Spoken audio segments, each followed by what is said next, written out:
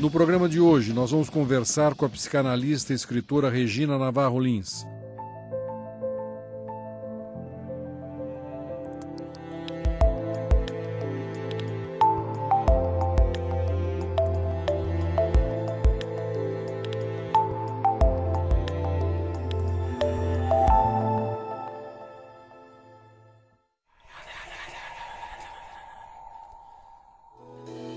A carioca Regina Navarro Lins é uma referência na área do comportamento sexual.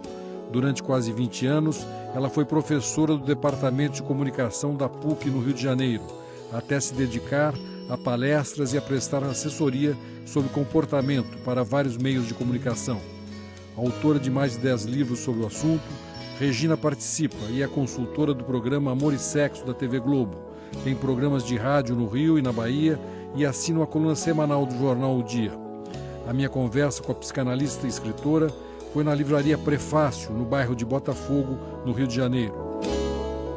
Regina, um prazer muito grande conversar com você. Escolhemos uma livraria, porque você é uma grande vendedora de livros, então é um bom local para essa nossa conversa. Tem um pouquinho de barulho, mas acho que as pessoas vão entender. Regina, normalmente eu começo as entrevistas perguntando um pouco sobre a história, mas hoje eu vou inverter.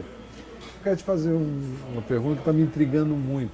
Esse livro, 50 Tons de Cinza, por que está vendendo tanto? Por que está intrigando tanto as mulheres? Olha, eu não li, eu li o primeiro capítulo e achei meio chatinho. Pois é, mas, uma literatura meio... Mas acontece é que eu acho que excita muito, porque é um jogo de dominação, né? No caso, o homem dominando a moça e tal, e toda essa brincadeira, sadomasoquista, light, de consensual, né? Separa a hora que quiser e tal, é uma coisa que excita. E não só homens, né? Os homens, não só as mulheres, os homens também gostam de ser dominados, é que eles não dizem, né? A mentalidade patriarcal não permite ao homem dizer. Porque eu vi muitas revistas colocarem assim, então um retrocesso da mulher, a mulher lutou tanto, né, no feminismo e tal, e agora está gostando de ser subjugada. Não é isso. No caso, é uma mulher que está sendo subjugada, mas homens e mulheres se excitam com esse jogo de dominado, dominador. Tenho essa impressão. Você estuda há muitos anos essa questão do sexo, né? Você está no teu trabalho, na raiz do teu trabalho, né? Você é psicanalista de formação? Eu fiz psicologia, depois fiz formação psicanalítica e eu tenho consultório há quase 40 anos. Mas há 20 anos eu resolvi aprofundar, entender melhor as questões do amor e sexo, porque eu via que o sofrimento por essas questões é enorme, né?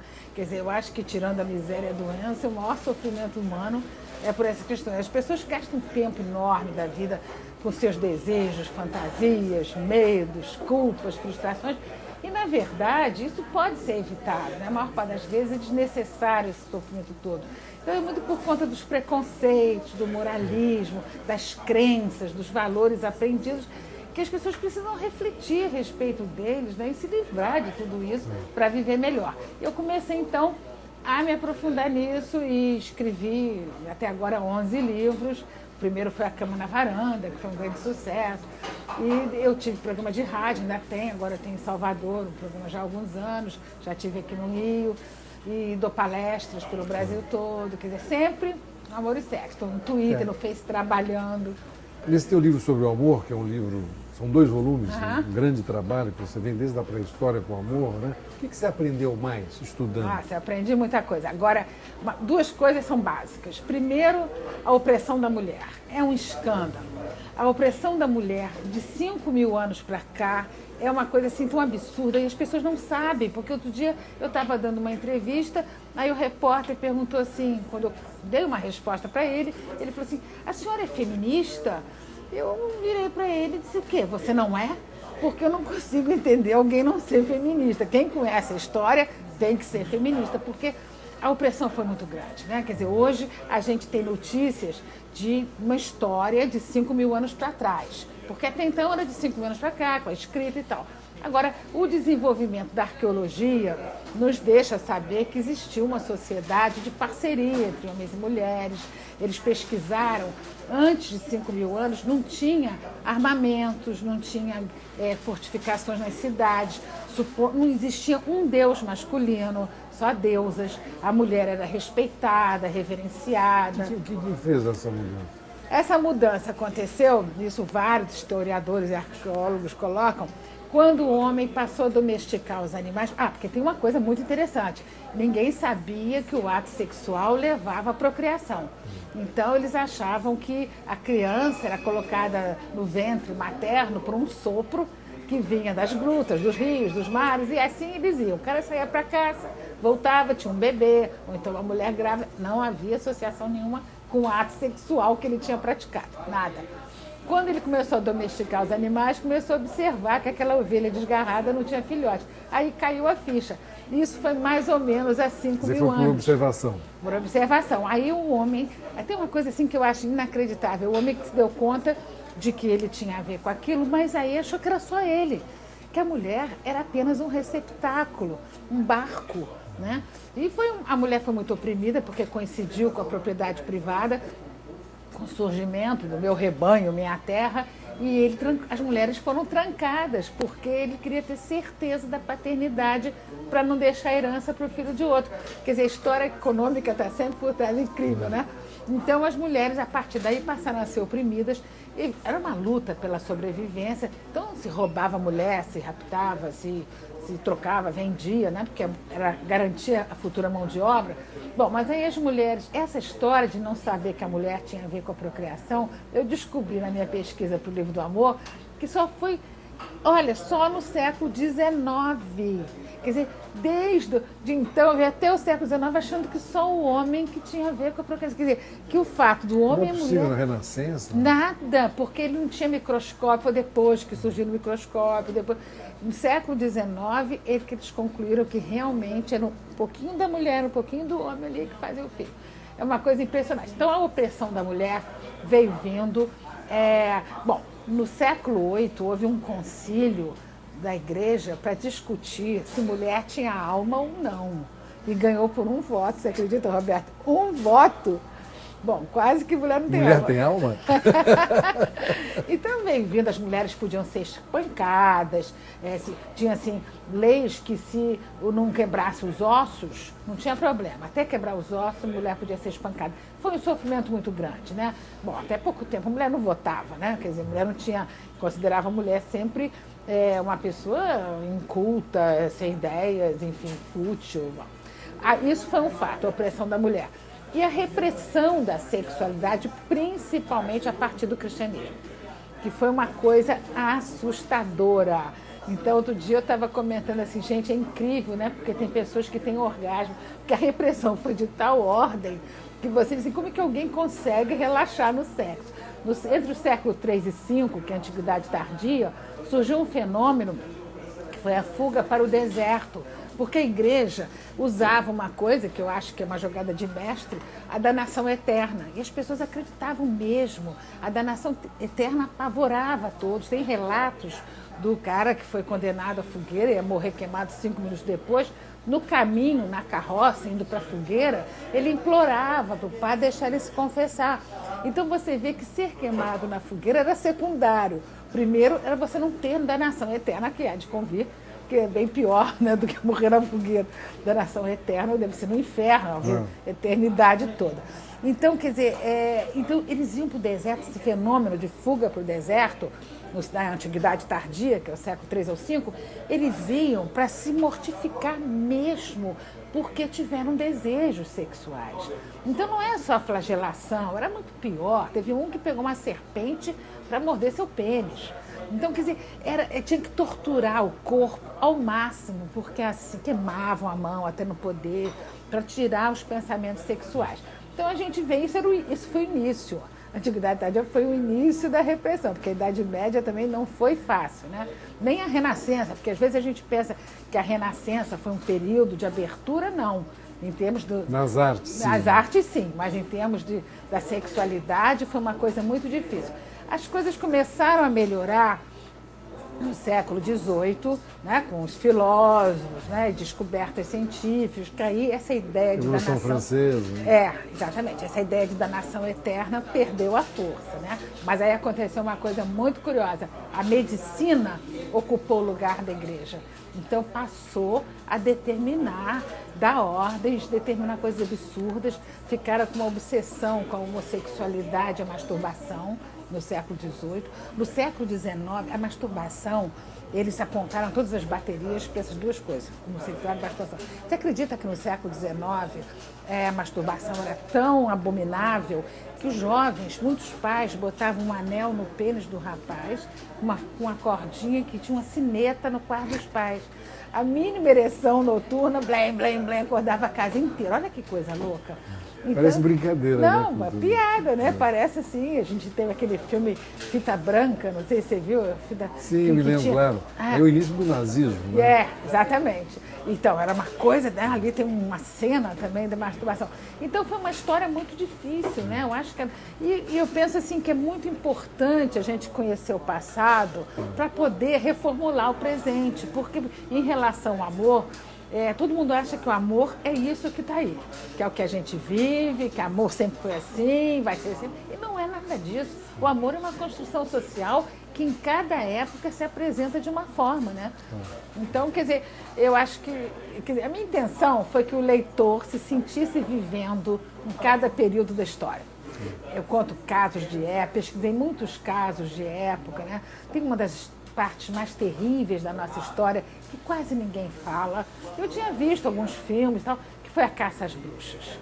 E isso, olha, Roberto, eu vou dizer uma coisa assim. As bruxas de Salem. A gente vê um filme e outro, mas eu não tinha dimensionado o absurdo que foi. Então eu já tinha pesquisado alguma coisa, mas quando eu comecei a escrever essa parte da Renascença, que foi o período pior da caça às bruxas, né? Eu achei que tinha pouca coisa. Aí eu parei tudo, li 5 livros sobre caça às bruxas para fazer essa parte. Tive pesadelo uma semana, porque realmente é inacreditável o que Isso foi um fenômeno mais americano? Não. Foi o pior lugar, foi a Alemanha e depois a França. Então o que acontece é o seguinte, a caça às bruxas, eles queriam, a igreja ficou por trás, mas foram aqui os duques, né, os donos das terras e tal, então eles queriam dar exemplos. Então, qualquer coisa, se voltaram contra a mulher. Eu acho que houve uma insegurança da igreja também, porque coisas novas estavam sendo descobertas, né? Então era tudo uma festa pública. As mulheres na fogueira, centenas de milhares foram queimadas na fogueira. E bastava dizer assim, sonhei que a minha vizinha era uma feiticeira. A vizinha era pega, era torturada, ela confessava tudo, confessava que andava em vassoura, confessavam tudo, não adiantava, eram torturadas e de uma forma cruel, e eram jogadas na fogueira. Então, quer dizer, eles acreditavam que todas as desgraças eram porque a mulher tinha feito sexo com diabos, então se tornava uma feiticeira e se espalhou a crença de que o diabo, ao transar com a mulher, a moça, deixava uma marca no seu corpo, que podia, uma verruga, um carocinho e tal. Então, tinha uma profissão chamada alfinetador. A mulher era presa, tirava a roupa dela e ficava lá o alfinetador para provar que ela era feiticeira, enfiando aquele alfinete, né, aquela agulha imensa. Olha que coisa maluca. Então, quer dizer, foi uma coisa muito pesada. Quer dizer, no fundo, o homem sempre teve muito medo da mulher, né? Na verdade, muito. Na verdade, se você for ver os primeiros anos, né, do cristianismo e tudo mais, a mulher era tida como assim uma enguia, perigosa, escorregadia, né? E associavam mulher a Eva, né? A responsável pela queda do paraíso, né? Então a mulher sempre teve essa ideia de... É possível pensar que na época das cavernas, o homem, claro, saía para caçar, a mulher ficava em casa, cuidando dos filhos ali, o chefe chegava, brutamontes, batia nela, fazia sexo de qualquer jeito. E a mulher então ficava ali pensando, como é que ele ia se vingar desse cara? Olha, eu acho que a época das cavernas não foi assim. Eu acho que a época das cavernas a mulher era muito mais respeitada do que foi depois no cristianismo, né? Muito mais respeitada. Eles achavam que ela é representante da deusa na terra, né? Porque a mulher engravidava, tinha leite, aquilo era uma coisa do outro mundo, né? Então, mas as mulheres, eles achavam elas perigosas, mas eu não sei se porque a mulher pode ter orgasmo múltiplo, né, mais facilmente que o homem, porque hoje se sabe que o homem pode, existem vários livros, né, do Tao, chineses, explicando, mas eles diziam que a mulher era insaciável, que ela tinha que ser aprisionada, e tem vários relatos, porque se ela não for aprisionada, ela vai fazer sexo com qualquer um que aparecer na frente, que ela não se controla. Essa história de mulher casta e pura surgiu no século XIX, porque o século XIX foi um século de uma repressão sexual diferente de antes, porque antes era da nação eterna que continha as pessoas, era uma coisa que vinha de fora. No século XIX, a culpa já estava introjetada. Então as pessoas eram muito culpadas, o sexo era uma coisa muito feia, as mulheres tinham que ser passivas no sexo. As mulheres... Por causa de roupa, escuro, né? A mulher, por exemplo, no século XIX, a mulher era imobilizada pelos espartilhos, né, que a cintura tinha que ter 40 centímetros, muitas morreram com perfuração no fígado, e aquelas saias enormes, elas não podiam dar o braço para o marido. Só no final do século, quando as roupas afinaram, que elas puderam dar o braço. Olha que coisa. Elas viviam com aquelas saias imensas e eram muito reprimidas. Você sabe que a repressão era tão grande, porque foi a era vitoriana, né? A rainha Vitória espalhou-se pela Europa toda, pelo Ocidente todo, a mentalidade da rainha Vitória contra o sexo, né? Quando uma mulher ia ao médico, ela não podia mostrar no corpo onde estava doendo, ela tinha que apontar numa bonequinha, né? Os médicos faziam parto embaixo de lençóis, não podiam olhar, né? E as pernas de piano, em muitas casas, eram cobertas com capas porque eles diziam que se assemelhava à perna de mulher. Olha que coisa, a mulher não podia olhar seu corpo.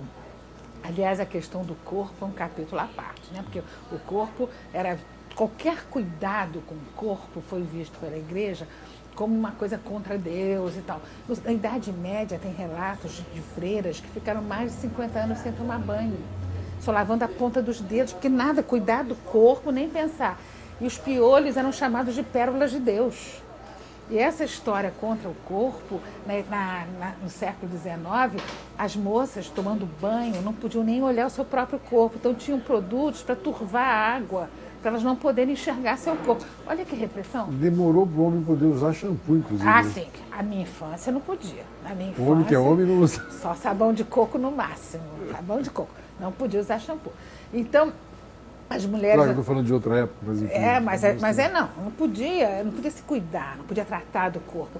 E essa coisa do século XIX foi tão reprimido, né? E é uma coisa que afeta a gente, porque é relativamente próximo, né? Quando você vê a história toda, e foi muito difícil. As mulheres eram passivas, as mulheres não podiam fazer nada, eram ignorantes, tá? Então, na primeira metade do século XX, que no final do século XIX começou a melhorar um pouco, né? A Belle Époque, as descobertas, né? Rádio, automóvel, telégrafo, começaram algumas descobertas, mas tem uma coisa muito curiosa, o que mudou o amor na história.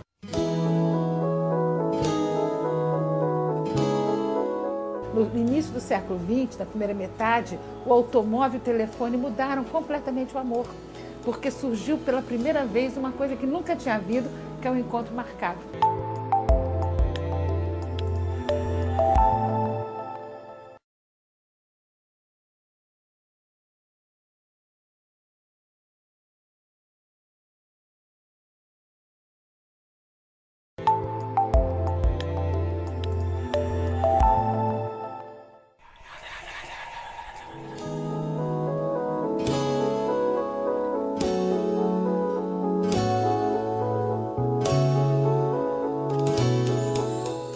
Uma coisa muito curiosa, o que mudou o amor na história.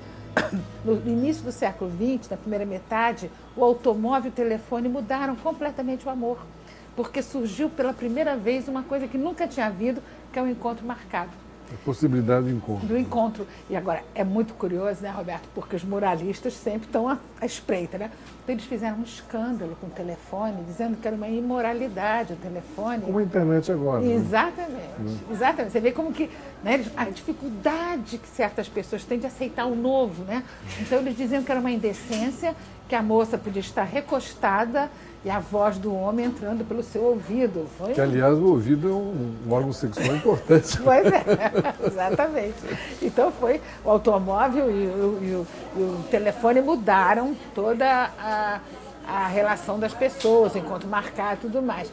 E aí depois teve a década de 20, foi uma década de euforia e tal, mas logo teve a bolsa, a quebra da bolsa, os anos sombrios, que foram os anos 30, né, do século XX, e depois a Segunda Guerra Mundial.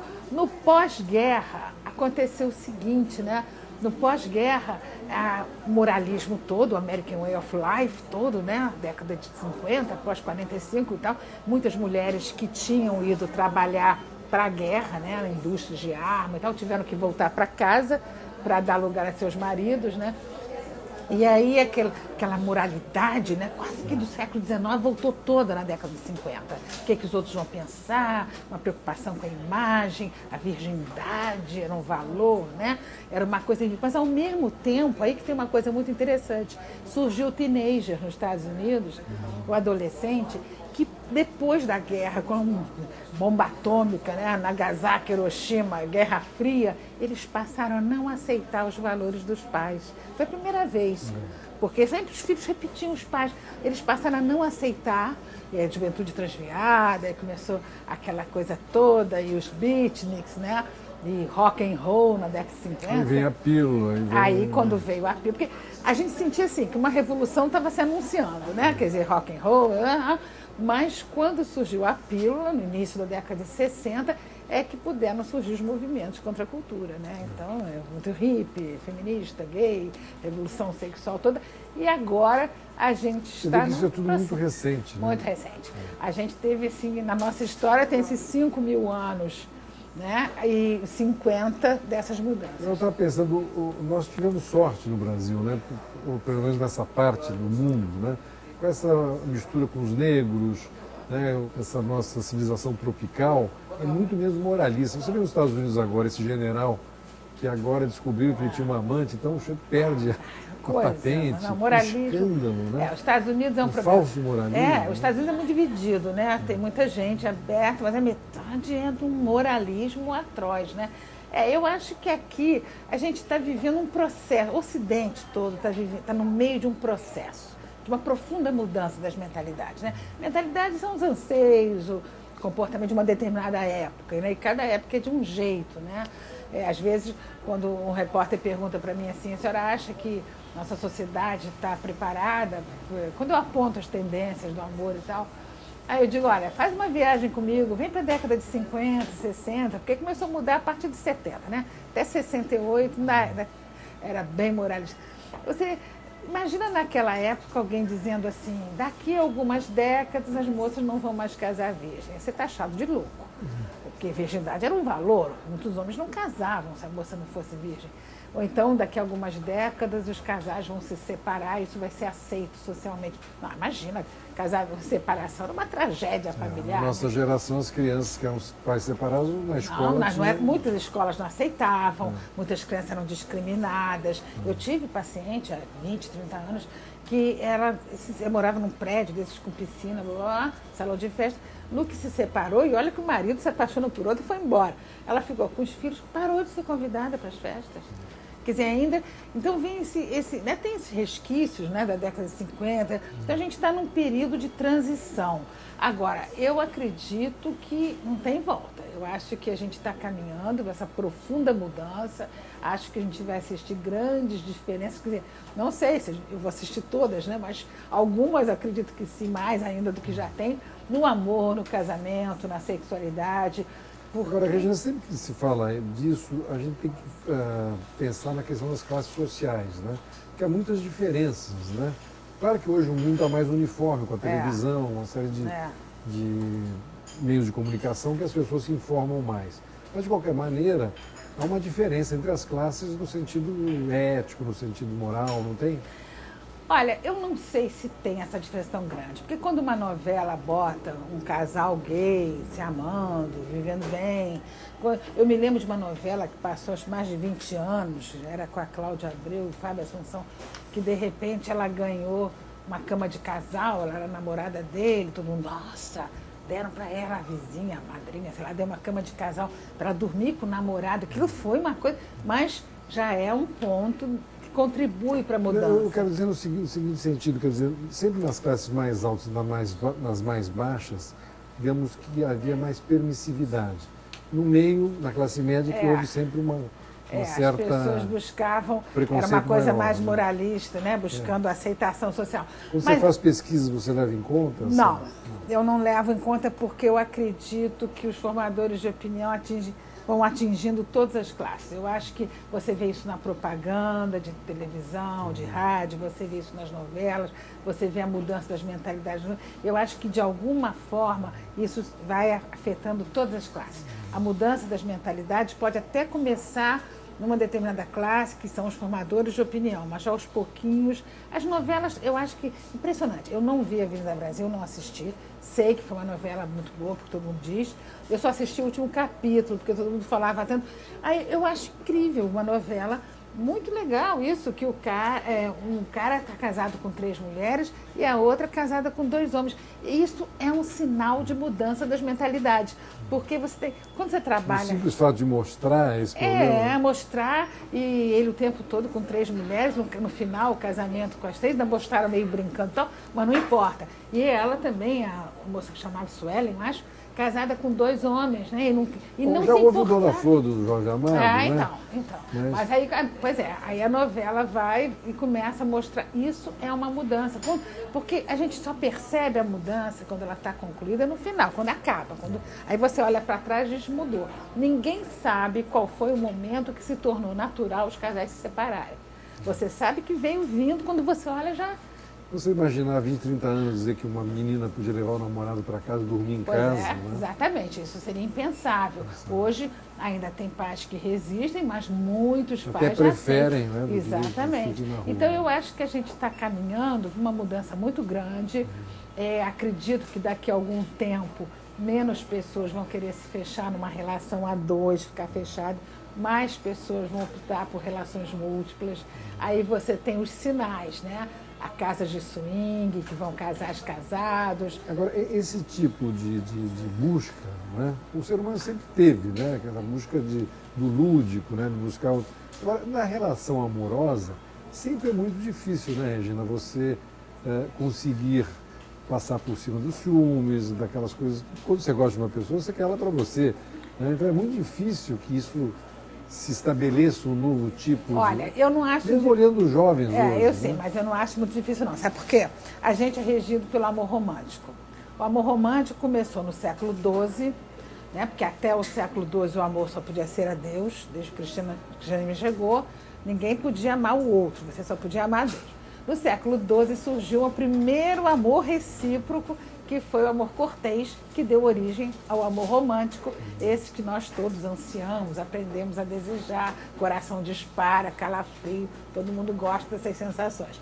Então esse amor romântico, ele é calcado na idealização. Você conhece uma pessoa, atribui a ela características que ela não possui, depois passa a vida infernizando. Você inventa uma pessoa. Inventa. Depois você passa a vida infernizando para ela se enquadrar naquilo que você inventou. O amor romântico, bom, primeiro que ele não resiste muito à vida do dia a dia, né? Porque você é obrigado a enxergar a pessoa com características que você também não aprecia, né? Bom, mas ele traz expectativas e ideais próprios, tipo assim, quem ama não tem desejo por mais ninguém.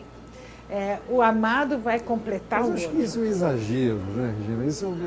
Mas eu acho que é isso como as pessoas vivem. As pessoas acreditam que, tanto se a gente se afasta dos amigos, enquanto preciso alguém que me complete, porque o amor romântico ele propõe a fusão entre os amantes, né? Os dois se transformarem num só. É porque você encontra um companheiro, uma companheira que gostam das mesmas coisas que você, que gostam de viajar, de cinema, aquela pessoa passa a ser realmente mas sabe que e no você... sexo ainda é bom, aí... Bom, aí você vai dizer o seguinte, isso aí é um percentual e tanto, pequenininho. Você, raro, né? Encontrar uma pessoa que você gosta da convivência, que você gosta da vida do dia a dia, né? Que você gosta do sexo, e troca ideias, tem ideias parecidas, né? Eu acho muito difícil, eu costumo brincar.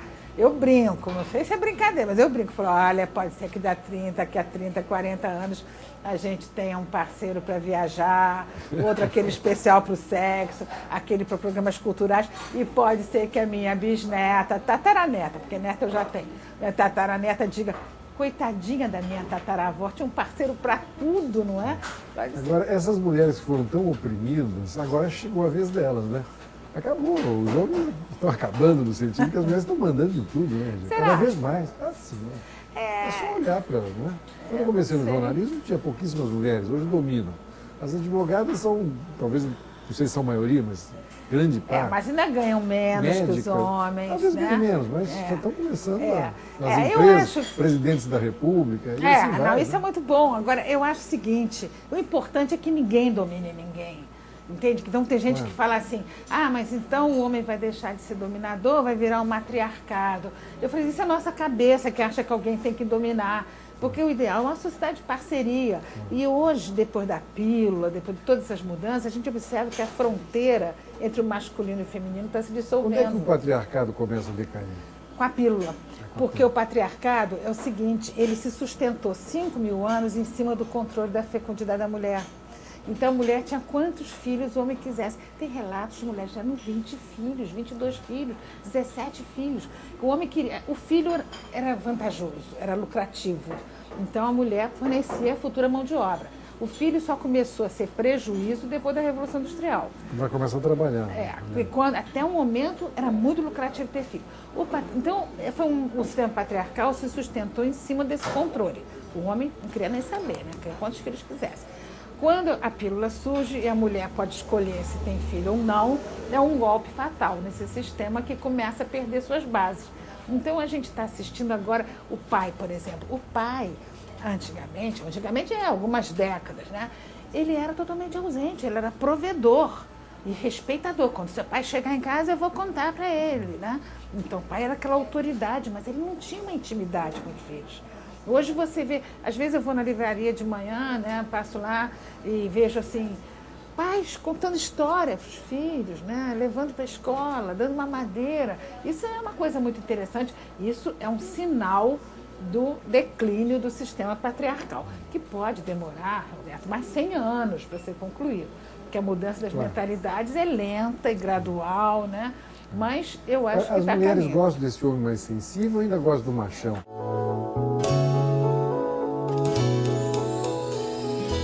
Essa história, na verdade, de masculino e feminino não existe.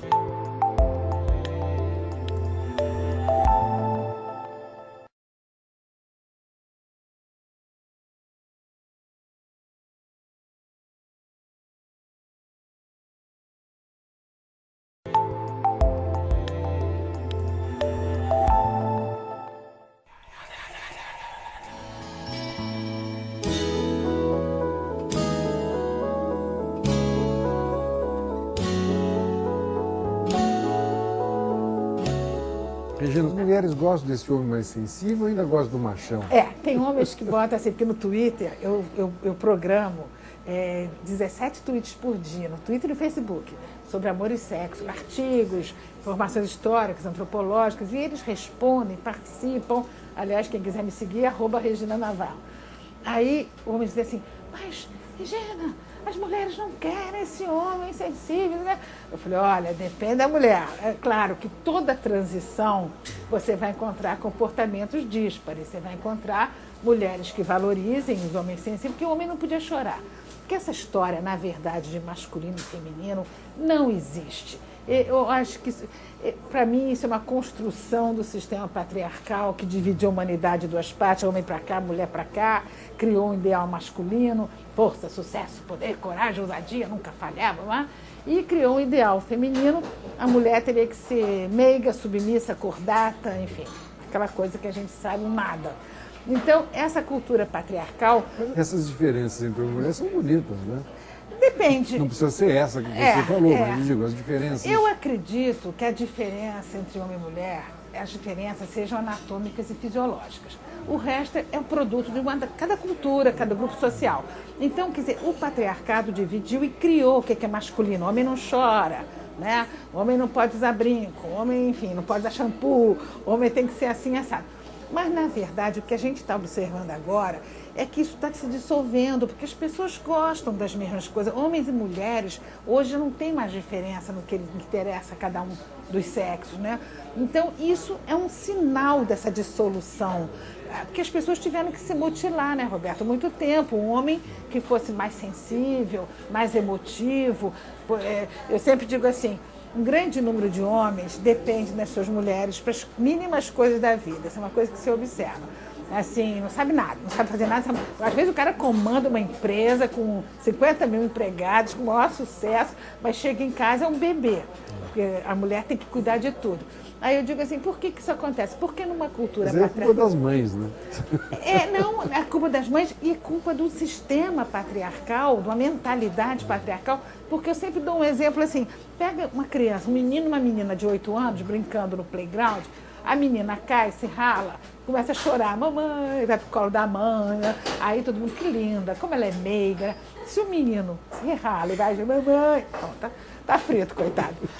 Mariquinhas, filhinho da mamãe, vira chacota. Então, o menino na cultura patriarcal, ele passa a fingir que não precisa dos cuidados da mãe quando ele ainda necessita desses cuidados. Ele, para mostrar que é macho, para ser aceito pelo irmão mais velho, pelos primos, pelos vizinhos, ele começa a negar a necessidade que ele tem da mulher. Só que ele nega tanto, quando chega na idade adulta, finge que não quer casar, que não se liga, mas quando entra numa relação, muitas vezes você assiste baixar a guarda e ele virar um bebê. Quer dizer, como se fosse recuperar aquele tempo em que ele precisou tanto e não podia mostrar. Falando sobre tudo isso, a gente pensa no homossexualismo, né? Há anos atrás era uma loucura, né? Porque os homossexuais sofreram. A cultura patriarcal não admitia. Hoje, cada vez mais, mais normal. Não, e tem uma coisa louca, porque tem gente que diz, fulano não é homem porque é homossexual. Não é homem, não, é um homem homossexual. Madame Satã batia em 5, 6. Então, e tudo que não levasse à procriação, né? Era muito atacado, né? Tudo que não levava. A homossexualidade foi considerada crime, foi considerada pecado, foi considerada doença. O Oscar Wilde foi para a cadeia, né? Nossa, mas ele, olha, ele desafiou o pai daquele cara e aí foi terrível, né? Então, e tudo que... Em 1973, a Associação Médica Americana tirou da categoria de doença. Mas mesmo assim... estava na categoria de doença. Porque no século XIX entrou para a categoria de doença, né? Porque a medicina comandou tudo... Mas perdeu, em 1973 saiu. Hoje a tendência é se aceitar a homossexualidade, aceitar tão normal quanto a heterossexualidade, e é mesmo, né? Embora atinja uma minoria. As pessoas não podem falar de escolha homossexual. Não é uma escolha, ninguém vai escolher uma coisa que vai ser discriminada. Não é uma opção, é uma característica da pessoa, ninguém vai optar por isso. E tem que ser respeitado, tão normal, tão natural quanto a heterossexualidade. Mas a cultura patriarcal associou heterossexualidade, o homem à heterossexualidade. Por isso que os gays sempre foram muito discriminados, né? Então está mudando e tem que mudar muito ainda, porque ainda tem muita agressão à homossexualidade, as pessoas gostam de ficar enquadradas em modelo, né? E não admitem quem saia do modelo, né? É complicado. Agora, a grande questão, no fundo, é o casamento também, né, Regina? Aí você pode falar de homossexuais ou de heterossexuais, né? Esse modelo do casamento que vai se modificar cada vez mais. Esse modelo de casamento eu acho uma tragédia. Você sabe que eu já li vários autores e, em média, eles consideram, e eu concordo com eles, que até 10, 12% dos casamentos podem ser considerados ótimos. Daí para frente, realmente, tem alguns que dizem assim, até de 10 a 20% são razoáveis, vai se levando. Agora, 80% dos casamentos é considerado, está muito ruins. São muito ruins. As pessoas se agarram que nem náufragos, né? Agora, um casamento pode ser ótimo, porque tem gente que fala assim, você é contra o casamento? Eu falo, não, eu sou contra, eu sou casada, meu casamento é ótimo. Eu sou contra esse casamento que está aí, que é um conjunto de regras, leis, normas, E o ressentimento que fica no casamento, porque as pessoas casam regidas pelo amor romântico, com aquela ideia de que nada mais vai lhes faltar, e na convivência você vê que não é assim, surge o rancor, surge a mágoa, surge o ressentimento. Então um casamento pode ser ótimo se as pessoas reformularem as expectativas que elas têm da vida a dois, né? E hoje, com a vida alongada, né, nós vivendo muito mais, na verdade a maturidade do ser humano chega mais tarde, até para isso. Né? E você é uma pessoa aos 20 anos, outra aos 40, outra aos 60, claro. Porque uma vez numa entrevista me perguntaram assim, mas como se você casou 3 vezes? Eu falei, escuta, os casamentos foram ótimos, mas com 20 anos eu tinha uma cabeça, com 35 eu tinha outra, e aos 50 eu tinha outra. Então cada um vai crescendo, você vai tendo interesses diferentes, chega uma hora que aquela pessoa você não está mais afinada com aquela pessoa, teus interesses são outros, tua visão de mundo mudou, né? E a separação ser muito dolorosa, quer dizer, também é um ato de coragem você mudar de vida. Aliás, eu acho que para viver bem tem que ter coragem, porque você tem que refletir sobre os valores e as crenças que você aprendeu, porque é o seguinte, muita gente vive insatisfeita, mas refletir, questionar, se livrar do moralismo. As pessoas têm medo, então muita gente, apesar da insatisfação, se agarra aos padrões já conhecidos com medo do novo, medo do desconhecido, você não saber. Porque hoje está acontecendo o seguinte, como os modelos tradicionais de comportamento não dão mais respostas satisfatórias, acho que todo mundo já percebeu isso, está se abrindo um espaço para cada um escolher sua forma de viver. Isso é muito importante. Né? Quer dizer, você não ter modelos, porque quando eu digo que é possível que daqui a um tempo as pessoas tenham parceiros múltiplos, as pessoas pensam que eu estou querendo dizer que está proibido de agora em diante a monogamia. Jamais eu substituiria um modelo por outro. Agora é obrigada a monogamia, mas daqui a pouco vai ser proibido. Não, o importante é que cada um escolha a sua forma de viver. O problema da escolha é que, na maioria das vezes, ela não é livre. Ela é condicionada por tudo que você aprende desde que nasceu. O condicionamento... que certas regras também precisam, socialmente, existir. Sem dúvida, né? Para haver civilização, precisa. Só que o que existe é muito mais do que o necessário. Claro. Isso é que é o problema. Claro que, sabe, você precisa ir ao banheiro, você precisa... Eu estou dando aula, aí eu estou morrendo de fome, sair correndo, não devo para comer, uma aluna comendo sanduíche, não vou agarrar o sanduíche dela, sair correndo, eu vou pedir um pedacinho. Quer dizer, você tem que ter né, uma espontaneidade, mas o social também. Né? A gente estava falando da questão das comunicações também, né? Eu me lembro, acho que na década de 70, 80, talvez 70, aquele programa Malu Mulher, que mexeu muito com a sociedade brasileira, né? Que era muito bem feito com a Regina Duarte. Né? Foi do Euclides Marinho, acho. Como as comunicações também são importantes. Porque vai se percebendo né, o que está né, o que está flutuando, o que as pessoas estão desejando, né? Aí faz um programa na hora certa, né? Aqueles são os anseios, porque às vezes os anseios estão nas pessoas, só que elas não têm consciência. Aí quando um programa mostra, é mesmo, sabe que isso, né? Então eu acho que toda essa mudança de comportamento, porque eu vejo a coisa dividida assim, muita gente está ansiando por um novo, eu recebo muitas mensagens me agradecendo, você tirou minhas culpas, você me liberou, eu abri até um arquivo só com muitas, mas são milhares de mensagens, e outros me atacando, né? Atacando horrivelmente. Mas você não está fazendo juízo de valor das coisas, você está querendo mostrar. Eu estou querendo mostrar, eu estou tentando denunciar como o moralismo, como o preconceito é prejudicial, como as pessoas podem viver melhor, mas para muita gente isso é ameaçador. Eu gosto muito da forma como o Alberto Goldin trata esse assunto também, né? Com as cartas que ele faz no Globo. É muito importante se levar a uma reflexão, né? Eu acho que quem está na mídia, quem tem coluna em jornal, eu tenho coluna, sempre tive no Jornal do Brasil, agora tenho no Jornal Dia. Quer dizer, quem tem coluna, quem tem programa de rádio, é muito importante que você ajude as pessoas a refletirem, né? Para viver melhor. O objetivo, quer dizer, todo o meu trabalho, eu só tenho uma grande preocupação, contribuir para as pessoas viverem melhor. E eu acredito tanto de que você viver arraigada a esses valores, a esse moralismo que está aí, você pode, se não pode, se é certo, se é errado, prejudica tanto a vida, limita tanto a vida das pessoas, né? Você acha que isso não é um tema mais nosso, de classe média, O trabalhador que trabalha 8 horas por dia, 4 horas na condução, a mulher e o homem, um pouco músculo talvez, né? Se tem tempo para esse... Mas é importante, porque esse trabalhador, por mais que ele seja machista, vamos pegar, se um dia ele descobriu que a mulher transou com alguém, é muito importante ele saber que isso não é para o mundo cair, nem enchê-la de porrada. Entende? Quer dizer, que isso é uma coisa da natureza. Tem aquela antropóloga Ellen Fisher, aquela americana, ela diz o seguinte, que a quantidade de relações extraconjugais que existem seria o testemunho da força da natureza contra a cultura. Essa é a frase do Nelson Rodrigues, né? Se todo mundo soubesse a vida sexual de todo mundo, ninguém se dava com ninguém. Então, por exemplo, até as pessoas, trabalhador e tal, com menos cultura e tudo mais, como a mudança das mentalidades, você começa pelos formadores de opinião, vai para o cinema, vai para a televisão, vai para um programa de humor, se esses programas começarem a deixar de lado o moralismo, começarem a dar toques de que existe outra forma de viver, a coisa mais prática que eu poderia exemplificar é isso que eu falei. Ele vai descobrir, não vai chegar lá, matar a mulher de pancada. Ele vai dizer assim... Já se matou muito mais. Né? Mas ainda existe muito. Ainda existe muito. Então, eu acho que, por exemplo, essa questão do ciúme, mas tudo isso é por causa do patriarcado, da mentalidade patriarcal.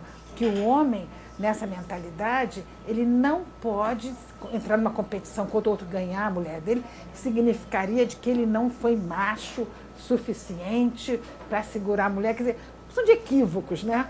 Então, quer dizer, quanto mais esse povo todo mundo pensasse sobre isso, seria uma outra coisa, porque a tendência agora é assim. Antigamente um homem descobriu que a mulher transou com alguém. Nossa, você sabe que tirava a posse e guarda de filhos, né? Se provasse, não tinha aqueles detetives de dar flagrante, né? Tirava a posse e guarda.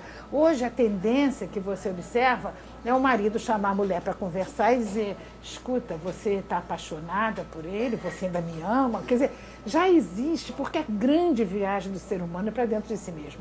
Todo mundo quer saber seu potencial a desenvolver, suas possibilidades, e as pessoas entendem que o outro também. Aí a mulher pode se virar e dizer assim, olha, eu transei com fulano porque eu senti vontade, eu tinha que ter essa experiência. Existe já uma tendência para se aceitar. De uma certa classe.